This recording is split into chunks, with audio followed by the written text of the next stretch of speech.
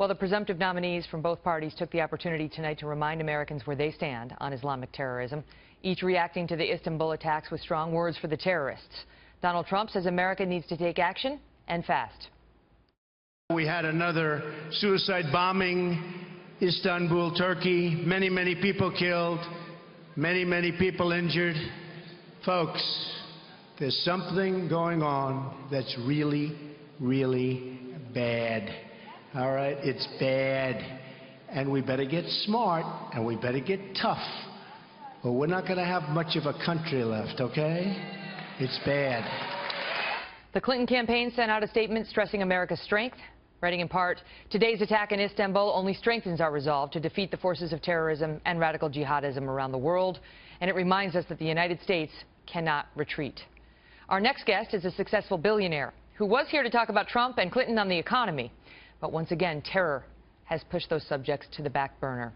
Joining us now, billionaire Mark Cuban, a successful entrepreneur for the past 30 years, owner of the NBA's Dallas Mavericks, and host of the very popular reality show Shark Tank. Mark, great to see you tonight. Sorry to have to talk about such a dark subject yet again. Every week, it seems, on the Kelly File, we're talking about more innocents murdered by these savages. And tonight, you know, you hear from Trump and you hear from Hillary, nothing of substance. We'll hear from our president tomorrow, probably not a change in any policy. I mean, as somebody who's led a team to success, a company to success, do you have any thoughts on it? Do you have any thoughts on what we should be doing? Well, first, prayers to everybody who was affected, those who lost their lives and their families. It's horrific. And as long as there are people who don't care about life, whether it's their own or others, we're going to face this problem, you know, from now until eternity. I don't know that there's an actual solution. But as it applies to leadership, you know, from both sides, whether it's Hillary or Donald, you can't just say this is bad, very bad, and we need to get tough. You know, at some point, both sides have got to dig in and start at least trying to come up with solutions. Now, I don't think it's a solvable problem, but you can take steps in the right direction, and we're not seeing that from either side yet.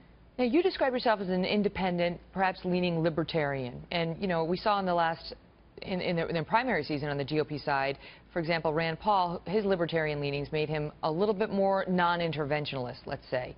Is that how you see the world? I mean, do you believe the United States has a role to lead in this battle against ISIS? Yeah, absolutely. I think we have a role on multiple fronts. I mean, we have to support our allies. You know, you're not going to end terrorism. It's never going to happen.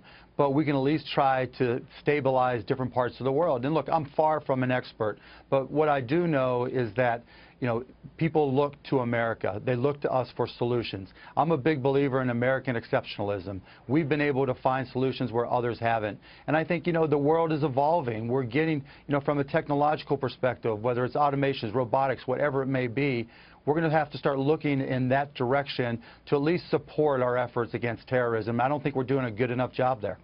What do you think of these two candidates? You know, I know you've had criticism for both of them. You're not a party or an ideological guy.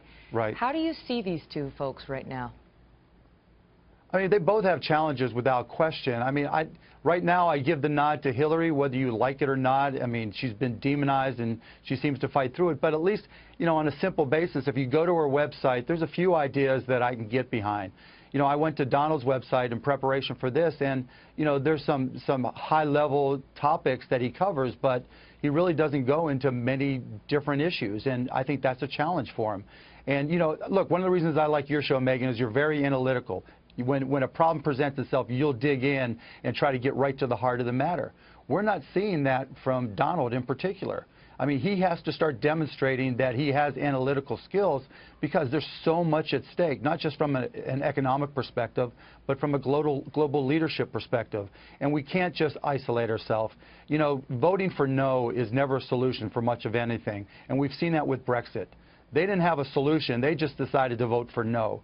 And now there's chaos. Maybe not chaos, but confusion and uncertainty. And confusion and uncertainty is always bad for business and always bad for markets. Mark Cuban, I like your show, too. Thank you. I like it a lot, actually, and I have a bunch of ideas for it, and I hope I get to come on one day and present them. Bring them on, Megan. We're ready for you. Oh, good. I'll see you there. Thank you so much for being here tonight. Done. All the best. Thank you so much for having me, Megan. You got to laugh where you can.